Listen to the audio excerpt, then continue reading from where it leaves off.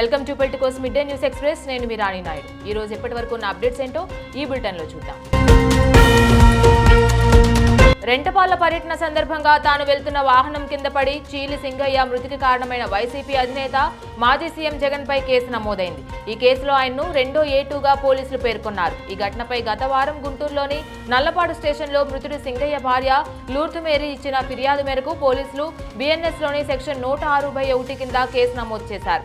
తాజాగా వెలుగులోకి వచ్చిన వీడియోతో పోలీసులు ఈ కేసులో సెక్షన్లు మార్చారు. కూటమి అధికారంలోకి వచ్చి ఏడాది పూర్తయిన సందర్భంగా సుపరిపాలనలో తొలి అడుగు పేరుతో సోమవారం సాయంత్రం 4 గంటలకు రాజధాని అమరావతిలో ప్రత్యేక కార్యక్రమాన్ని నిర్వహించనుంది. ఇందుకోసం సచివాలయం వెనుక భాగంలో ప్రత్యేక వేదికను కూడా ఏర్పాటు చేశారు. ఈ కార్యక్రమంలో సీఎం చంద్రబాబు, ఉప ముఖ్యమంత్రి పవన్ కళ్యాణ్, మంత్రులు పాల్గొననున్నారు. ఈ నెల 12న ఈ కార్యక్రమాన్ని నిర్వహించాలని తొలుత ప్రభుత్వం భావించింది. అహ్మదాబాద్ లో జరిగిన విమాన ప్రమాదం దృష్ట్యా దాన్ని వాయిదా వేసింది. తిరుమల లడ్డూ కౌంటర్లలో రద్దీని అలాగే అధిక సమయాన్ని తగ్గించేందుకు కియోస్కుల ద్వారా భక్తులు లడ్డూ టికెట్లు తీసుకునే విధానాన్ని టీటీడీ తీసుకొచ్చింది. వాస్తవానికి శ్రీవారి లడ్డూ ప్రసాదం అదనంగా పొందాలనుకునే భక్తులు లడ్డూ విక్రయ కేంద్రాలు నగదు చెల్లించి కొనుగోలు చేయాలి. ఈ ప్రక్రియకు అధిక సమయం పట్టడంతో పాటు కొన్నిసార్లు రద్దీ కూడా పెరుగుతూ ఉంటుంది. ఇప్పుడు వీటిని నియంత్రించేందుకు కియోస్కుల ద్వారా లడ్డూలను కొనుగోలు చేసే విధానాన్ని తీసుకొచ్చింది. తెలంగాణలో అనుమానాస్పద రేషన్ కార్డులపై క్షేత్రస్థాయి విచారణ ప్రక్రియ పూర్తయింది. గత 6 నెలల్లో రేషన్ తీసుకునే వారు వివరాలను అధికార యంత్రాంగం పరిశీలించింది. ఈ మేరకు లబ్ధిదారుల్లో 76,842 మంది అనర్హులుగా లెక్క తేలింది. ఈ వివరాలను పౌర సరఫరాల శాఖ జిల్లాల వారీగా కలెక్టర్లకు పంపించింది. కొద్ది రోజుల్లోనే వారిని రేషన్ లబ్ధిదారుల జాబితా నుంచి తొలగించనున్నట్లు తెలిసింది. ఇక నుంచి వారికి రేషన్ కోటా నిలిపివేయనున్నట్లు పౌర సరఫరాల శాఖ వర్గాలు తెలిపాయి. కాంగ్రెస్ పార్టీకి కొండా దంపతులు కావాలో లేక తాము కావాలో తేల్చి చెప్పాలని ఉమ్మడి వరంగల్ జిల్లాకు చెందిన 5 ఎమ్మెల్యేలు AICC రాష్ట్ర ఇన్ఛార్జ్ మీనాక్షి నటరాజన్ను కోరారు.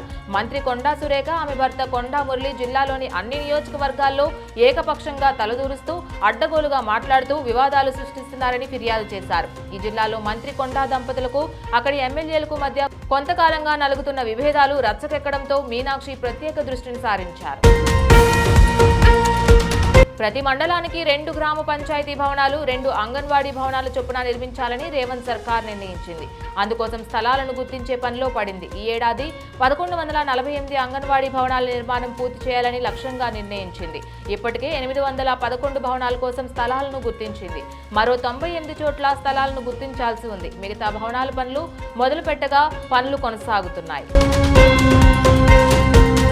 వచ్చే అసెంబ్లీ ఎన్నికల్లో తమిళనాడు సీఎంగా స్టాలిన్కి అవకాశం ఉందంటూ లయోలా పూర్వ విద్యార్థుల సంస్థ చేపట్టిన సర్వేలో 77.83% మంది అభిప్రాయాలు వ్యక్తం చేశారు.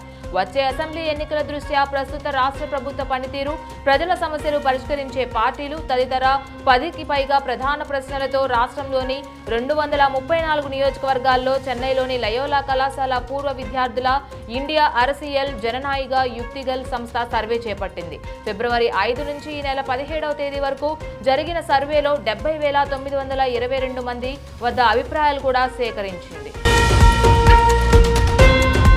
ఇజ్రాయెల్ ఇరాన్ యుద్ధంలోకి అమెరికా అడుగుపెట్టడంతో పశ్చిమాసియాలో ఉద్రిక్తతలు మరింత తీవ్రమయ్యాయి. ఈ పరిణామాలతో ముడి చమురు ధరలు భగ్గుమన్నాయి. ఒక దశలో 5 నెలల గరిష్టాన్ని తాకాయి. ఈ ప్రభావం ఆసియా మార్కెట్లపైన తీవ్రంగానే పడింది. నేటి ట్రేడింగ్ లో చమురు ధరలు 2% పైగా పెరిగాయి.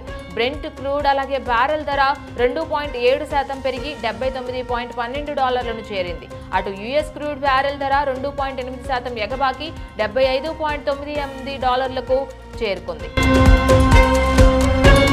ఇరాన్తో యుద్ధం చేయబోమని అమెరికా రక్షణ శాఖ మంత్రి పీటర్ హెగ్సేత్ స్పష్టం చేశారు. ఆపరేషన్ మిడ్ నైట్ హ్యామర్ పేరుతో ఆదివారం చేపట్టిన దాడులు కేవలం అణు కేంద్రాల లక్ష్యంగానే సాగాయని వెల్లడించారు. ఆ దేశంలో నాయకత్వాన్ని మార్చే ఉద్దేశమూ తమకు లేదని తేల్చి చెప్పేశారు. ఇరాన్ను అణు ఒప్పంద చర్చలకు అంగీకరింపచేయడానికే ఈ దాడులు చేశామని అమెరికా ఉపాధ్యక్షుడు JD వాన్స్ కూడా తెలిపారు. 14 బంకర్ బస్టర్ బాంబులతో అణు కేంద్రాలపై దాడులు చేశామని వివరించారు. పశ్చిమాసియాలో ఉద్రిక్తతలను మరింత పెంచుతూ రణరంగంలోకి నేరుగా దిగింది అగ్రరాజ్యం అమెరికా. ఇరాన్ అణుశుద్ధి కేంద్రాలే లక్ష్యంగా అత్యంత శక్తివంతమైన బాంబర్లు, క్షిపణులతో విరుచుకుపడింది. ఈ మెరుపు దాడుల తర్వాత అమెరికా అధ్యక్షుడు డొనాల్డ్ ట్రంప్ స్పందిస్తూ కీలక వ్యాఖ్యలు చేశారు. ఇరాన్లో నాయకత్వ మార్పు అవసరమని అన్నారు. ఇరాన్ను మళ్లీ గొప్పగా మారుస్తామన్నారు. ప్రస్తుత ఇరాన్ పాలకులు మేక్ ఇరాన్ గ్రేట్ అగైన్ దిశగా పనిచేయకపోతే నాయకత్వ మార్పు ఎందుకు జరగకూడదు అని ట్రంప్ ప్రశ్నించారు. ఇంగ్లాండ్, భారత్ జట్ల మధ్య తొలి టెస్టు 3వ రోజు ఆటను వర్షం కారణంగా అంపైర్లు కాస్త ముందుగానే నిలిపివేశారు. ప్రస్తుతం రెండో ఇన్నింగ్స్లో భారత్ 2 వికెట్ల నష్టానికి 90 పరుగులు చేసింది. కేఎల్ రాహుల్ అలాగే శుభ్మన్ గిల్ క్రీజులో ఉన్నారు. ప్రస్తుతం భారత్ 96 పరుగుల ఆధిక్యంలో కొనసాగుతోంది. టీమిండియా తొలి ఇన్నింగ్స్లో 471 పరుగులు చేయగా ఇంగ్లాండ్ 465 పరుగులు చేసింది. తాను కూడా ఓటీటీలోకి ఎంట్రీ ఇచ్చేందుకు సిద్ధమేనన్నారు అగ్ర కథానాయకుడు చిరంజీవి.